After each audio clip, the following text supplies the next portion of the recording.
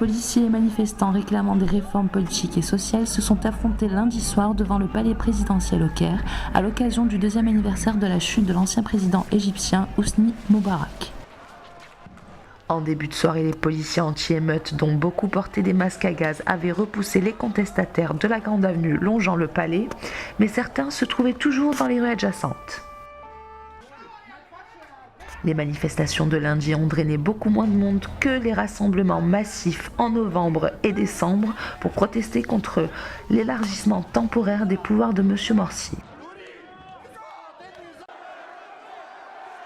Jamais une foule aussi nombreuse ne s'était rassemblée pour les obsèques en Tunisie depuis celle en 2000 d'Habib Bourguiba, le père de l'indépendance et premier président du pays.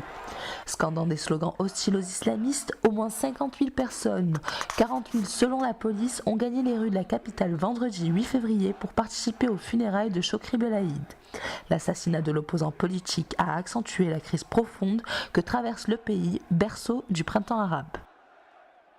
La police a fait usage de gaz lacrymogène contre des manifestants après avoir tout d'abord tiré des coups de feu en l'air pour disperser des bandes de jeunes qui s'en prenaient à des véhicules dans le quartier.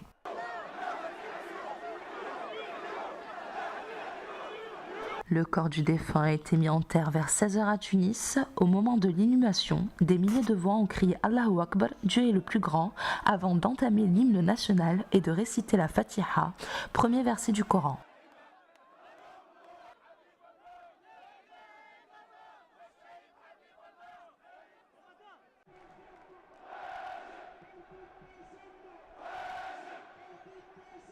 Plus de 3000 personnes ont manifesté samedi après-midi dans le centre de la capitale tunisienne lors d'un rassemblement à l'appel du parti islamiste au pouvoir Ennahda. Nous ne voulons plus de l'ingérence de la France dans nos affaires. La Tunisie est libre et indépendante.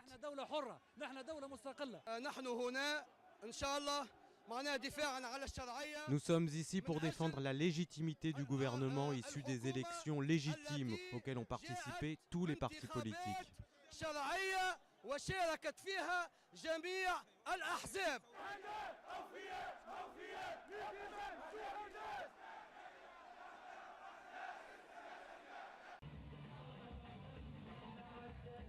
À l'occasion du deuxième anniversaire de la chute du président Mouammar Kadhafi, le Premier ministre libyen ferme provisoirement ses frontières à l'Égypte et à la Tunisie du 14 au 18 février afin de maintenir la sécurité dans le pays.